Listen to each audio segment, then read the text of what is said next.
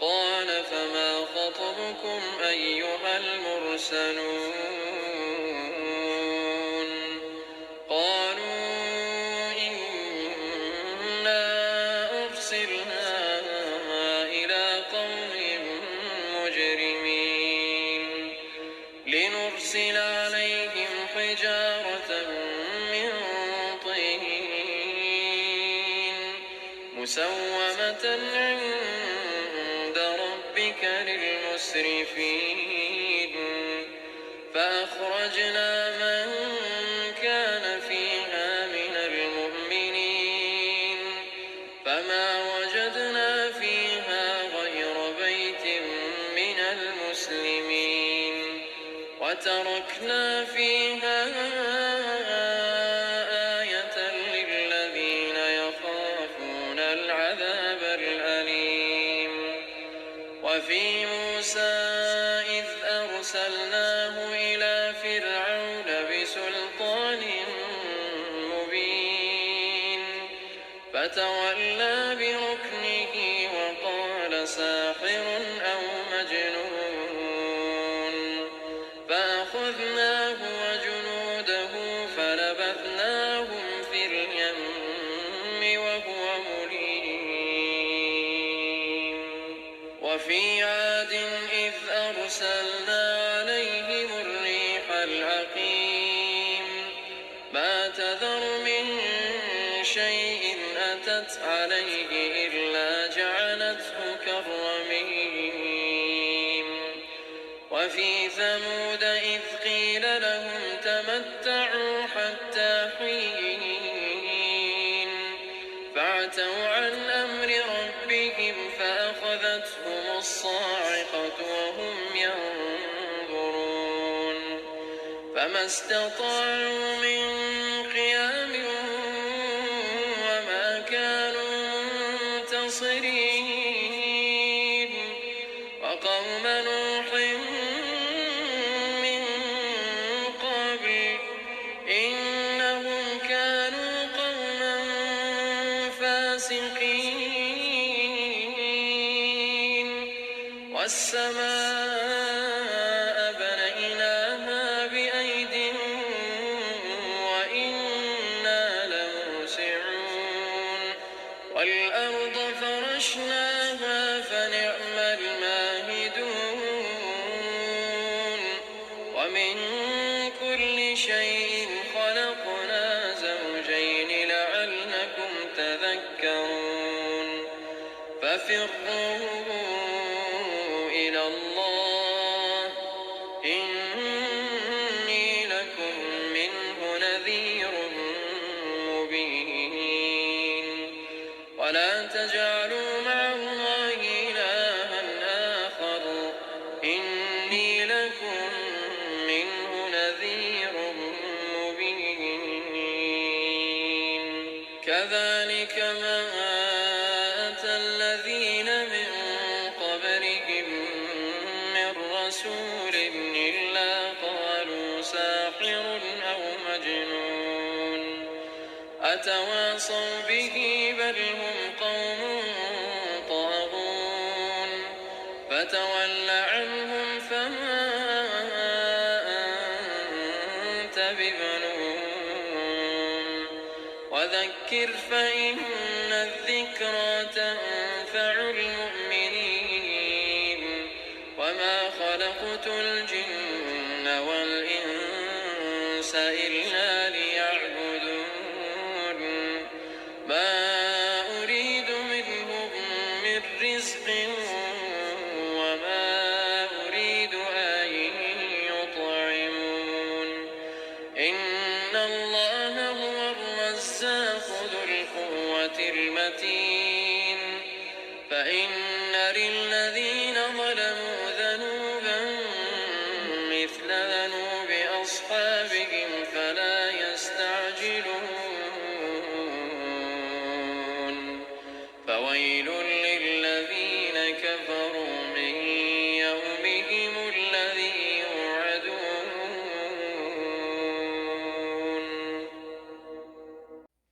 بسم الله الرحمن الرحيم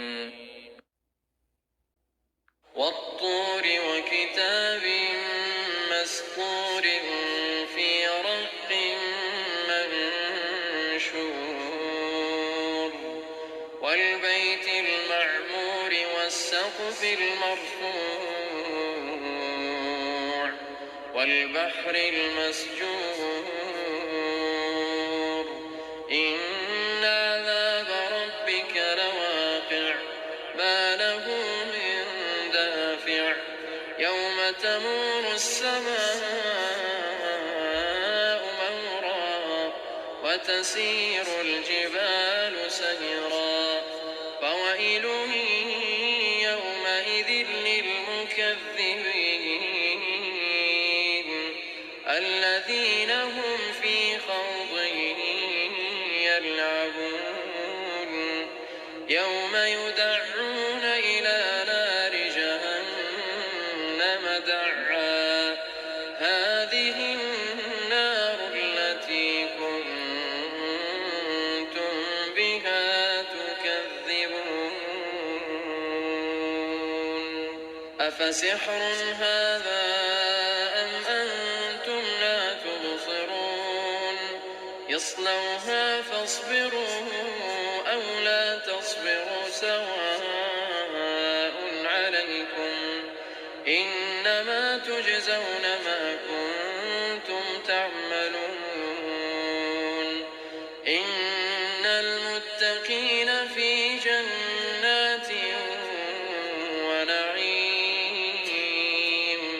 فاكهين بما آتاهم ربهم ووقاهم ربهم عذاب الجحيم كلوا واشربوا هنيئا بما كنتم تعملون متكئين على سرر مصفوفة وزوجناهم بحور عين والذين آمنوا واتبعتهم ذريتهم بإيمان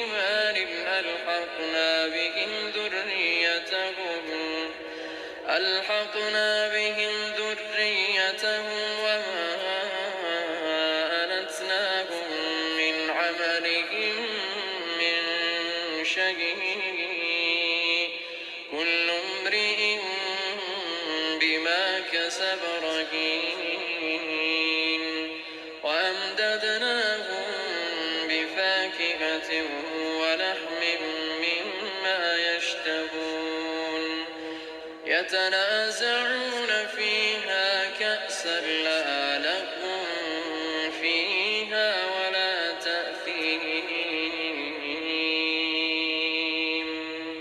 ويطوف عليهم غلمان لهم كأنهم لؤلؤ مكنون وأقبل بعضهم على بعض يتساءلون قالوا إنا كنا قبل في أهلنا مشفقين فمن الله علينا ووقانا عذاب السموم إنا كنا من قبل ندعوه إنه هو البر الرحيم فذكر فما أنت بنعمة ربك بكاهن ولا مجنون أم يقولون شاعر نتربص به ريب المنون قل تربصوا فإني معكم من المتربصين أم تأمرهم أحلامهم بهذا أم هم قوم طاغون أم يقولون تقوله بل لا يؤمنون فليأتوا بحديث مثله إن كانوا صادقين أم خلقوا من غير شيء أم هم الخالقون خلقوا السماوات والأرض بل لا يوقنون أم عندهم خزائن ربك أم هم المسيطرون أم لهم سلم يستمعون فيه فليأت مستمعهم بسلطان مبين أم له البنات ولكم البنون أم تسألهم أجرا فهم من مغرم مثقلون أم عندهم الغيب فهم يكتبون أم يريدون كيدا فالذين كفروا هم المكيدون أم لهم إله غير الله سبحان الله عما يشركون وإن يروا كسفا من السماء ساقطا يقولوا سحاب مركوم فذرهم حتى يلاقوا يومهم الذي فيه يصعقون يوم لا يغني عنهم كيدهم شيئا ولا هم ينصرون وإن للذين ظلموا عذابا دون ذلك ولكن أكثرهم لا يعلمون واصبر لحكم ربك فإنك بأعيننا وسبح بحمد ربك حين تقوم ومن الليل فسبح وإدبار النجوم بسم الله الرحمن الرحيم والنجم إذا هوى ما ضل صاحبكم وما غوى وما ينطق عن الهوى إن هو إلا وحي يوحى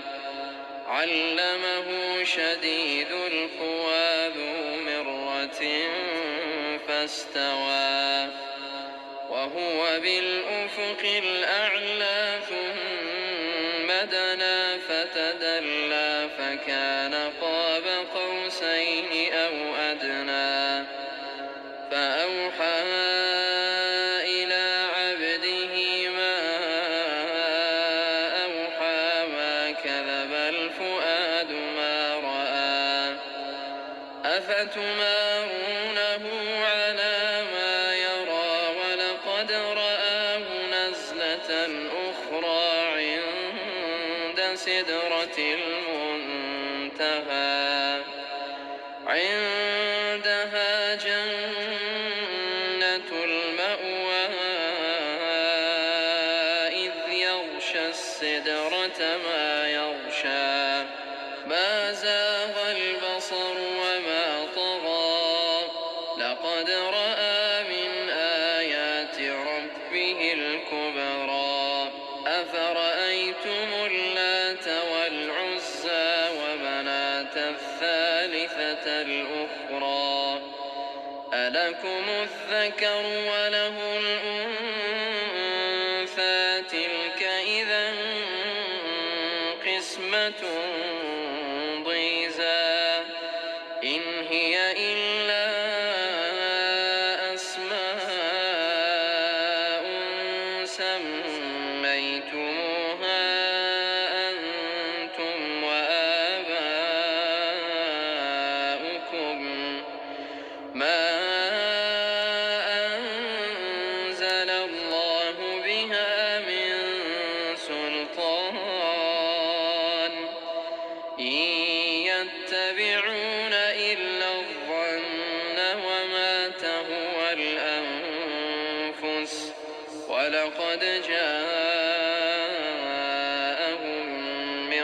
ربهم الهدى أم للإنسان ما تمنى فلله الآخرة والأولى وكم من ملك في السماوات لا تغني شفاعتهم شيئا إلا من بعد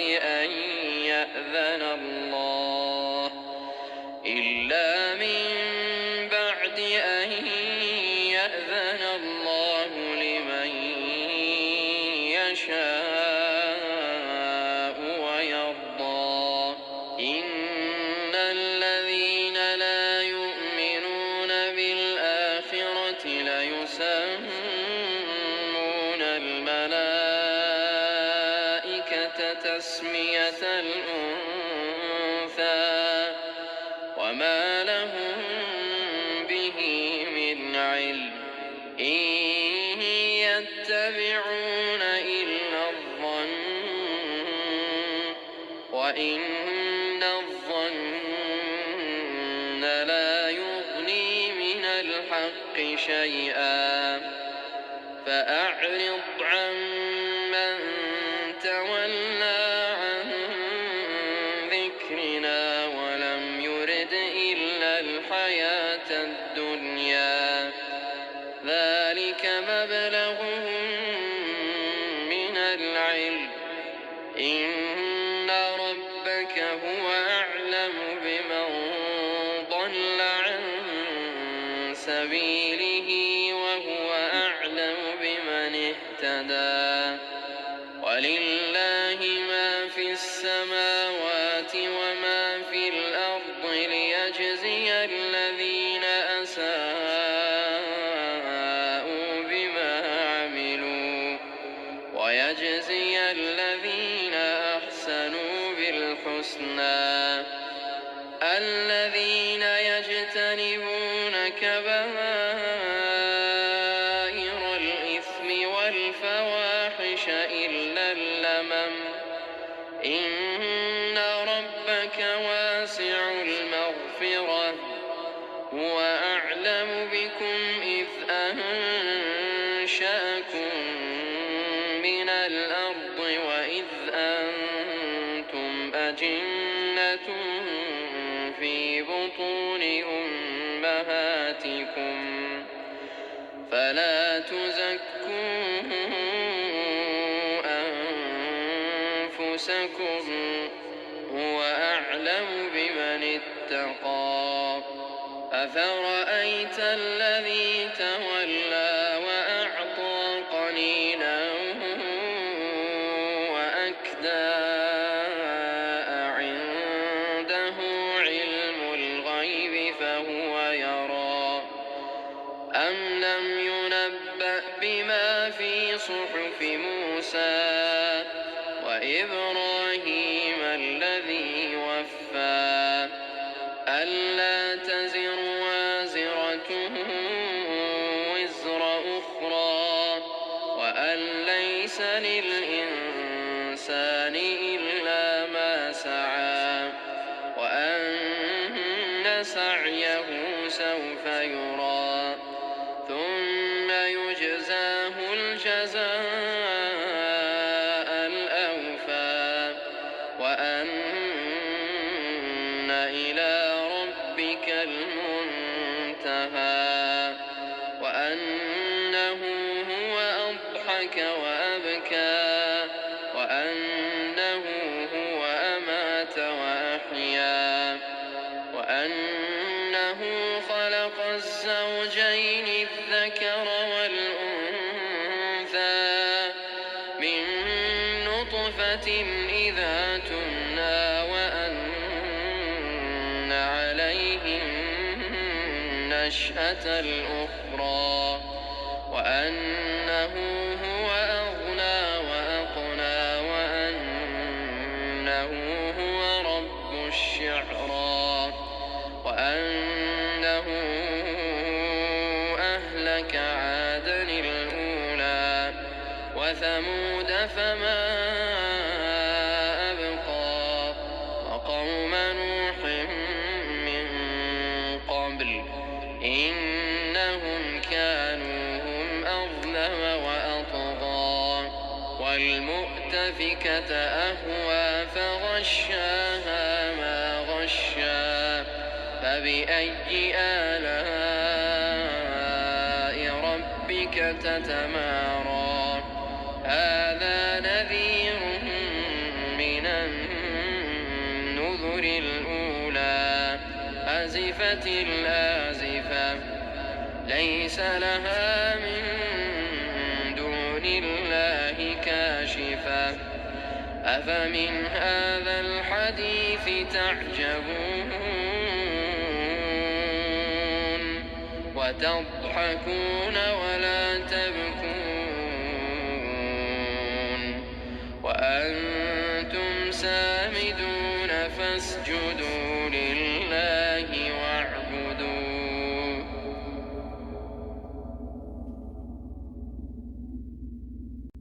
بسم الله الرحمن الرحيم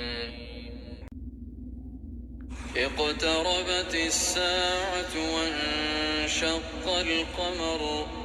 وإن يروا آية يعرضوا ويقولوا سحر مستمر وكذبوا واتبعوا أهواءهم وكل أمر مستقر ولقد جاءهم من الأنباء ما فيه مزدجر حكمة بالغة فما تغني النذر فتول عنهم يوم يدعو الداع إلى شيء نكر خش عن أبصارهم يخرجون من الأجداث كأنهم جراد منتشر مهطعين إلى الداع يقول الكافرون هذا يوم عسر كذبت قبلهم قوم نوح فكذبوا عبدنا وقالوا مجنون وازدجر فدعا ربه أني مغلوب فانتصر ففتحنا أبواب السماء بماء منهمر وفجرنا الأرض عيونا فالتقى الماء على أمر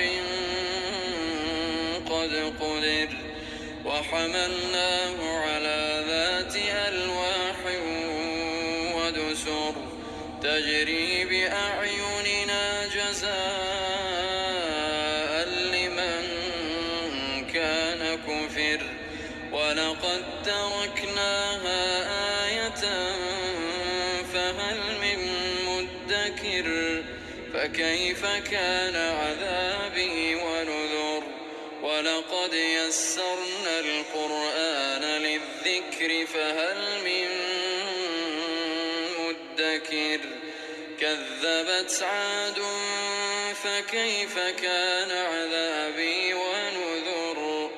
إنا أرسلنا عليهم ريحا صرصرا في يوم نحس مستمر تنزع الناس كأنهم أعجاز نخل منقعر فكيف كان عذابي ونذر ولقد يسرنا القرآن للذكر فهل من مدكر كذبت ثمود بالنذر فقالوا أبشرا منا واحدا نتبعه إنا إذا لفي ضلال وسعر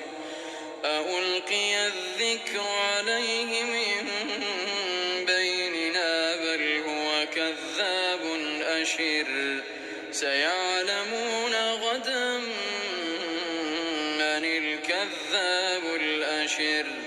إنا مرسل الناقة فتنة لهم فارتقبهم واصطبر ونبئهم أن الماء قسمة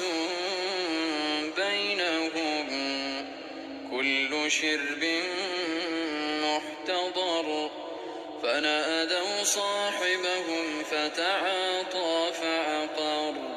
فكيف كان عذابي ونذر إنا أرسلنا عليهم صيحة واحدة فكانوا كهشيم المحتضر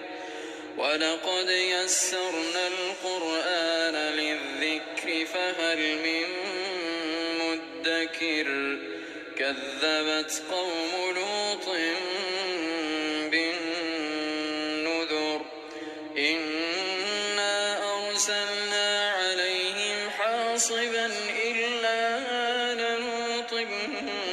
نجيناهم بسحر نعمة من عندنا كذلك نجزي من شكر ولقد أنذرهم بطشتنا فتماروا بالنذر ولقد راودوه عن ضيفه فطمسنا أعينهم فذوقوا عذابي ونذر ولقد صبحهم بكرة عذاب مستقر فذوقوا عذابي ونذر ولقد يسرنا القرآن للذكر فهل من مدكر ولقد جاء آل فرعون النذر كذبوا بآياتنا كلها فأخذناهم أخذ عزيز مقتدر أكفاركم خير من أولئكم أم لكم براءة في الزبر أم يقولون نحن جميع منتصر سيهزم الجمع ويولون الدبر بل الساعة موعدهم والساعة أدهى وأمر إن المجرمين في ضلال وسعر يوم يسحبون في النار على وجوههم ذوقوا مس سقر إنا كل شيء خلقناه بقدر وما أمرنا إلا واحدة كلمح بالبصر ولقد أهلكنا أشياعكم فهل من مدكر وكل شيء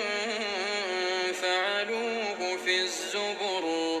وكل صغير وكبير مستطر إن المتقين في جنات ونهر في مقعد صدق عند مليك مقتدر بسم الله الرحمن الرحيم الرحمن علم القرآن خلق الإنسان علمه البيان الشمس والقمر بحسبان والنجم والشجر يسجدان والسماء رفعها ووضع ألا تطغوا في الميزان وأقيموا الوزن بالقسط ولا تخسروا الميزان والأرض وضعها للأنام فيها فاكهة والنخل ذات الأكمام والحب ذو العصف والريحان فبأي آلاء ربكما تكذبان خلق الإنسان من صلصال كالفخار وخلق الجان من مارج من نار فبأي آلاء ربكما تكذبان رب المشرقين ورب المغربين فبأي آلاء ربكما تكذبان مرج البحرين يلتقيان بينهما برزخ لا يبغيان فبأي آلاء ربكما تكذبان يخرج منهما اللؤلؤ والمرجان فبأي آلاء ربكما تكذبان وله الجوار المنشآت في البحر كالأعلام فبأي آلاء ربكما تكذبان كل من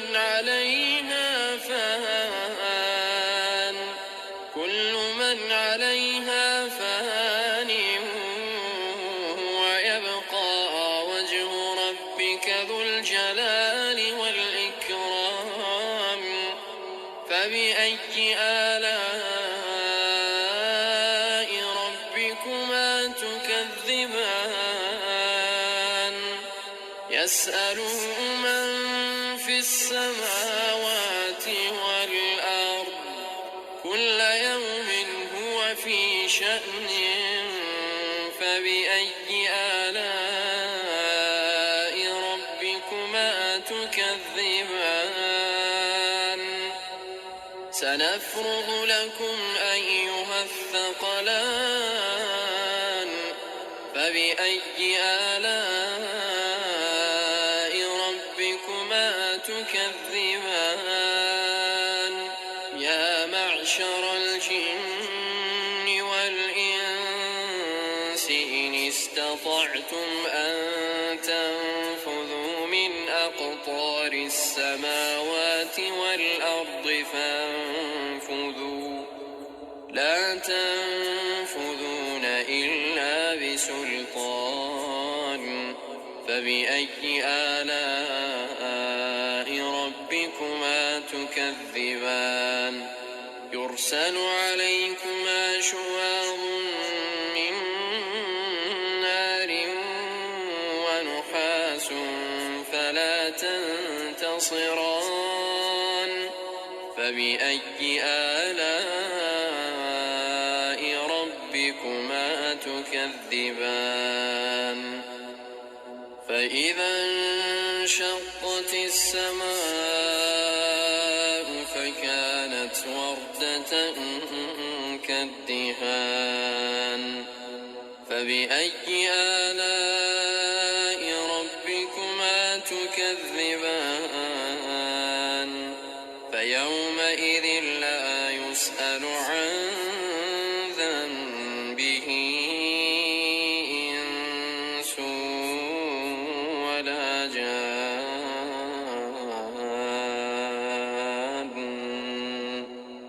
فبأي آلاء ربكما تكذبان يعرف المجرمون بسيماهم فيؤخذ بالنواصي والأقدام فبأي آلاء ربكما تكذبان هذه جهنم التي يكذب بها المجرمون يطوفون بينها وبين حميم آن فبأي آلاء ربكما تكذبان ولمن خاف مقام ربه جنتان فبأي آلاء ربكما تكذبان ذواتا أفنان فبأي آلاء ربكما تكذبان فيهما عينان تجريان فبأي آلاء ربكما تكذبان فيهما من كل فاكهة زوجان فبأي آلاء ربكما تكذبان متكئين على فرش بطائنها من استبرق وجنى الجنتين دان فبأي آلاء ربكما تكذبان فيهن قاصرات الطرف لم يطمثهن إنس قبلهم ولا جان فبأي آلاء ربكما تكذبان كأنهن الياقوت والمرجان فبأي آلاء ربكما تكذبان هل جزاء الإحسان إلا الإحسان فبأي آلاء ربكما تكذبان ومن دونهما جنتان فبأي آلاء ربكما تكذبان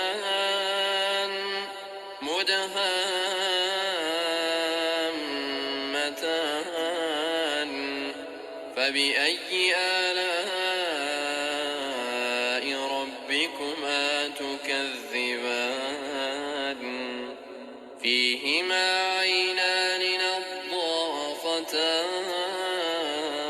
نضاختان فبأي آلاء ربكما تكذبان فيهما فاكهة ونخل ورمان فبأي آلاء ربكما تكذبان فيهن خيرات حسان فبأي آلاء ربكما تكذبان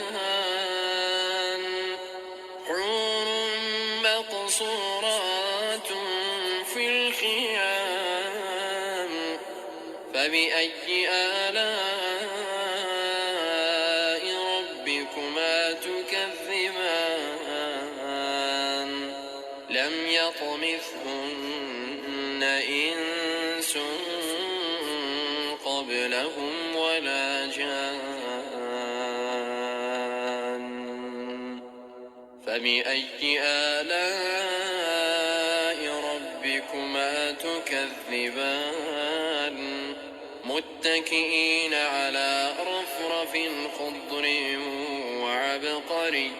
حسان فبأي آلاء ربكما تكذبان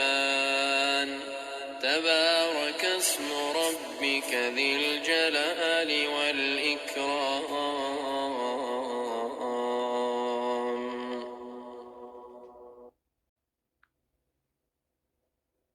بسم الله الرحمن الرحيم إذا وقعت الواقعة ليس لوقعتها كاذبة خافضة رافعة إذا رجت الأرض رجا وبست الجبال بسا فكانت هباء منبثا وكنتم أزواجا ثلاثة فأصحاب الميمنة ما أصحاب الميمنة وأصحاب المشأمة ما أصحاب المشأمة والسابقون السابقون أولئك المقربون في جنات النعيم ثلة من الأولين وقليل من الآخرين على سرر موضونة متكئين عليها متقابلين يطوف عليهم ولدان مخلدون بأكواب وأباريق وكأس من معين لا يصدعون عنها ولا ينزفون وفاكهة مما يتخيرون ولحم طير مما يشتهون وحور عين كأمثال اللؤلؤ المكنون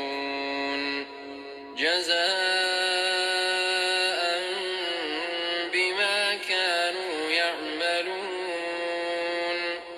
لا يسمعون فيها لغوا ولا تأثيما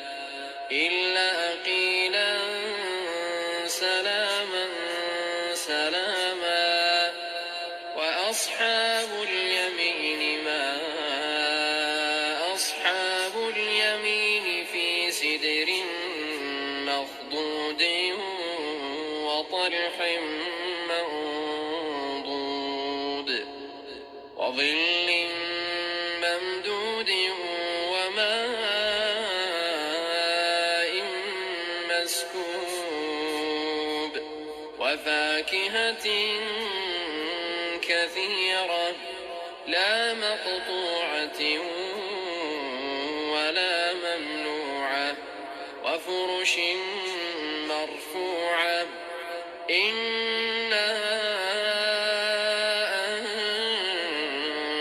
أنشأناهن إنشاء فجعلناهن أبكارا عربا أترابا لأصحاب اليمين ثلة من الأولين وثلة من الآخرين وأصحاب الشمال ما الشمال في سموم وحميم وظل من يحموم لا بارد ولا كريم إنهم كانوا قبل ذلك مترفين وكانوا يصرون على الحنث العظيم وكانوا يقولون أئذا متنا وكنا ترابا وعظاما أئنا لمبعوثون أو آباؤنا الأولون قل إن الأولين والآخرين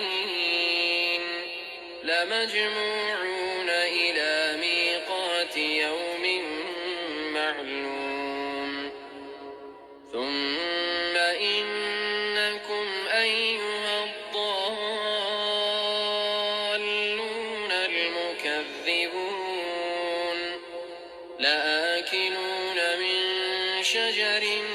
من زقوم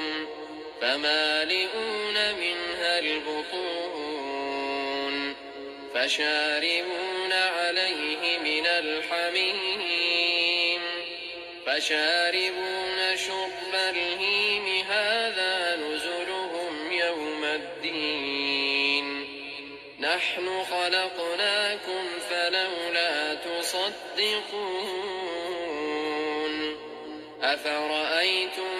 ما تمنون أأنتم تخلقونه أم نحن الخالقون نحن قدرنا بينكم الموت وما نحن بمسبوقين على أن نبدل أمثالكم وننشئكم فيما لا تعلمون ولقد علمتم النشأة الأولى فلولا تذكرون أفرأيتم ما تحرثون أأنتم تزرعونه أم نحن الزارعون لو نشاء لجعلناه حطاما فظلتم تفكهون إنا لمغرمون بل نحن محرومون أفرأيتم الماء الذي تشربون أأنتم أنزلتموه من المزن أم نحن المنزلون لو نشاء جعلناه أجاجا فلولا تشكرون أفرأيتم النار التي تورون أأنتم أنشأتم شجرتها أم نحن المنشئون نحن جعلناها تذكرة ومتاعا للمقوين فسبح باسم ربك العظيم فلا أقسم بمواقع النجوم وإنه لقسم لو تعلمون عظيم إنه لقرآن كريم في كتاب مكنون لا يمسه إلا المطهرون تنزيل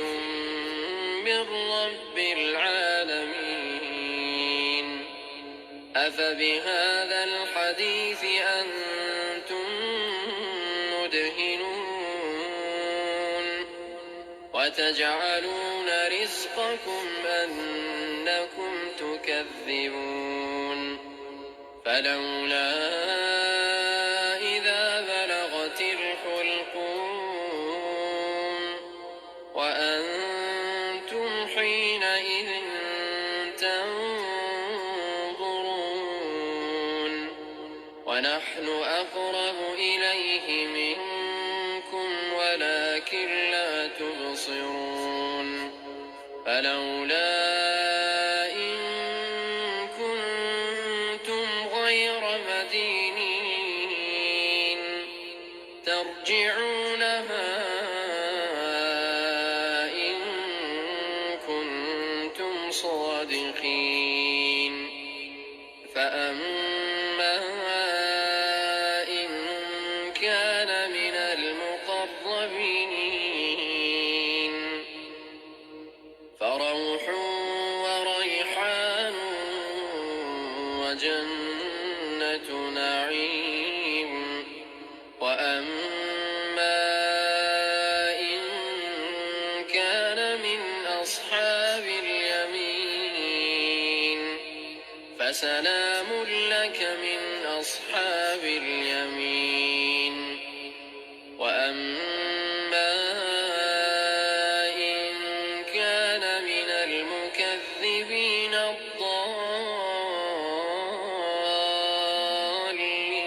الضالين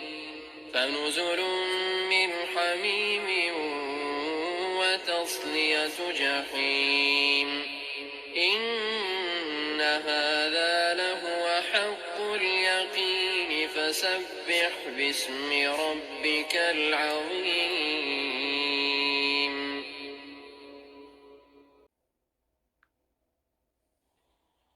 أعوذ بالله من الشيطان الرجيم بسم الله الرحمن الرحيم سبح لله ما في السماوات والأرض وهو العزيز الحكيم له ملك السماوات والأرض يحيي ويميت وهو على كل شيء قدير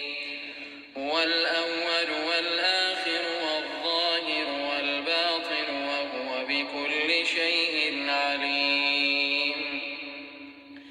هو الذي خلق السماوات والأرض في 6 أيام ثم استوى على العرش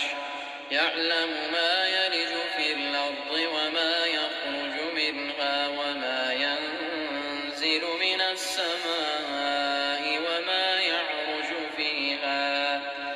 وهو معكم أينما كنتم والله بما تعملون بصير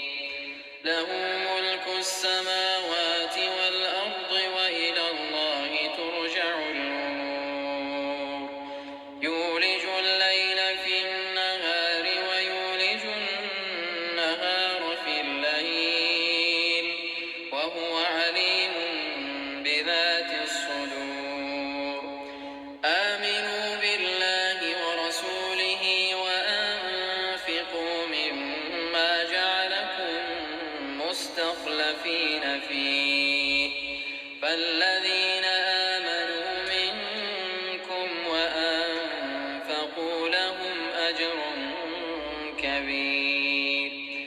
وما لكم لا تؤمنون بالله والرسول يدعوكم لتؤمنوا بربكم وقد أخذ ميثاقكم إن كنتم مؤمنين هو الذي ينزل على عبده آيات بينات ليخرجكم من الظلمات إلى النور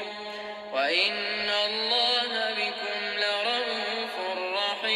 رحيم وما لكم ألا تنفقوا في سبيل الله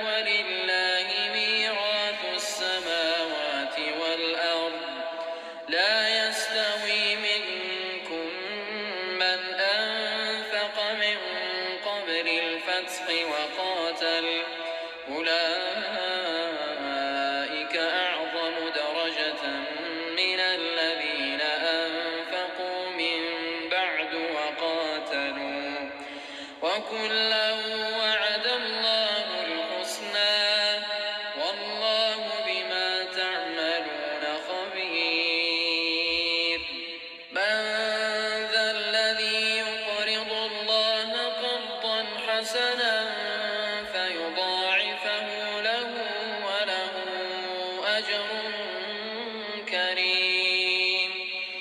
يوم ترى المؤمنين والمؤمنات يسعى نورهم بين أيديهم وبأيمانهم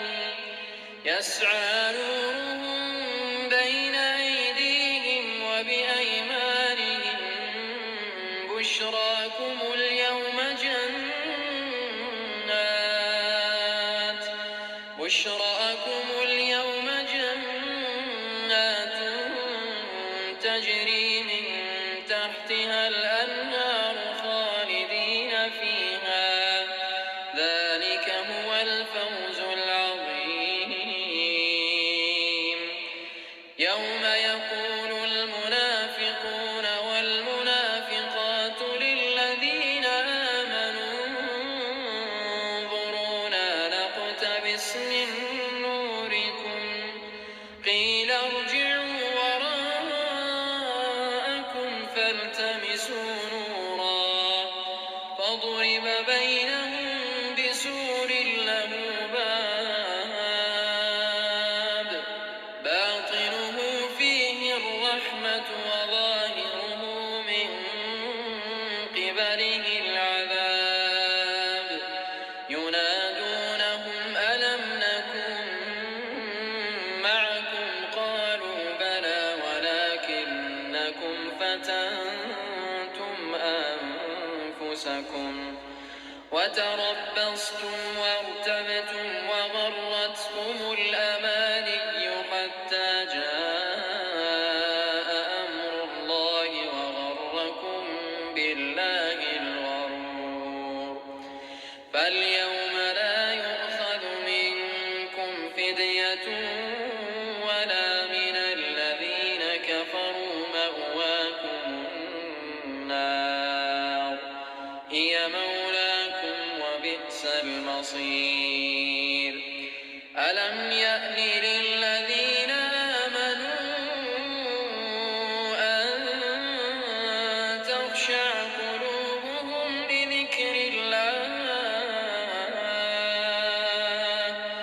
لذكر الله وما نزل من الحق ولا يكونوا كالذين أوتوا الكتاب من قبل فطال عليهم الأمد فقست قلوبهم وكثير منهم فاسقون اعلموا أن الله يحيي الأرض بعد موتها قد بينا لكم الآيات لعلكم تعقلون إن المصدقين والمصدقات وأقرضوا الله قرضا حسنا يضاعف لهم ولهم أجر كريم والذين آمنوا بالله ورسله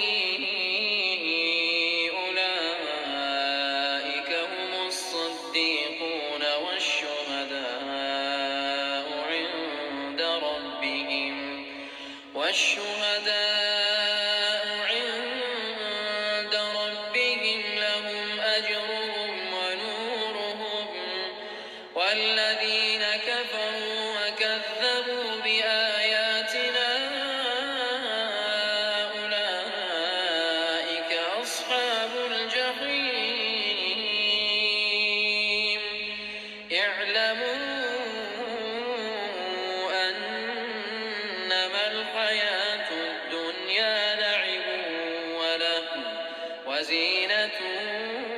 وتفاخر بينكم وتكاثر في الأموال والأولاد كمثل غيث أعجب الكفار نباته ثم يهيج فتراه مصفرا ثم يكون حطاما وفي الآخرة عذاب شديد ومغفرة من الله ورضوان وما الحياة الدنيا إلا متاع الغرور سابقوا إلى مغفرة من ربكم وجنة عرضها كعرض السماء والأرض أعدت للذين آمنوا بالله ورسله ذلك فضل الله يؤتيه من يشاء والله ذو الفضل العظيم ما أصاب من مصيبة في الأرض ولا في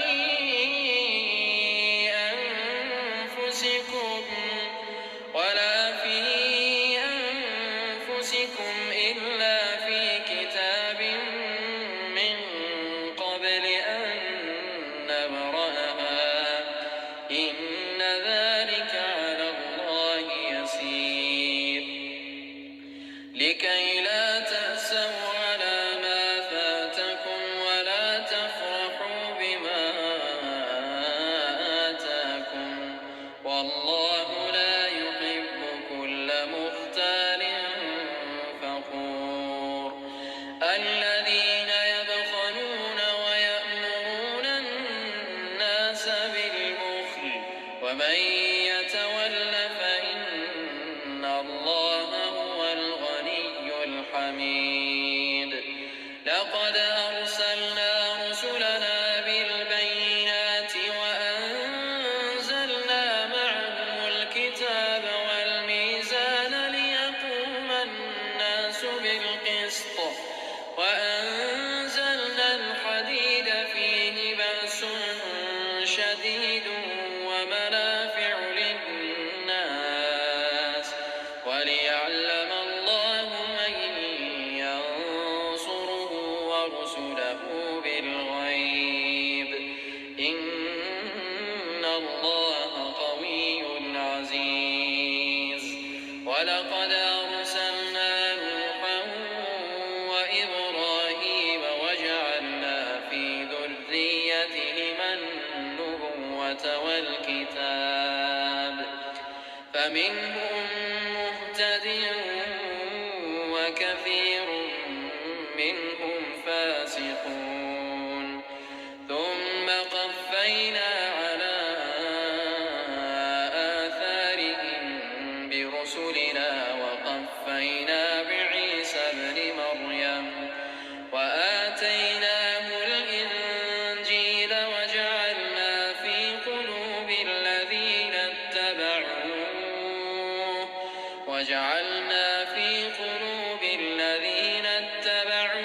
رأفة ورحمة ورهبانية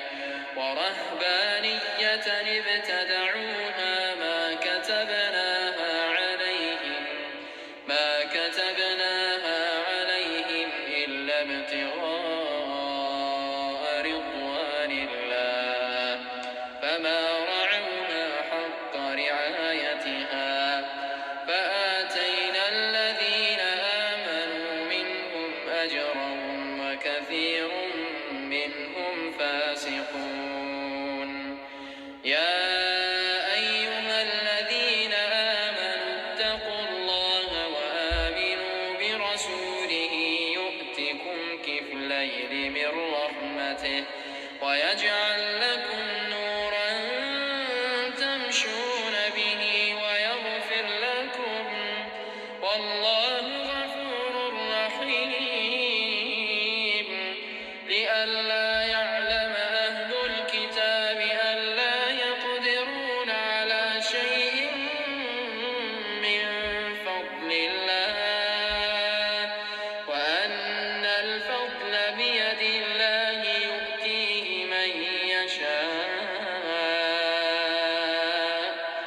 الله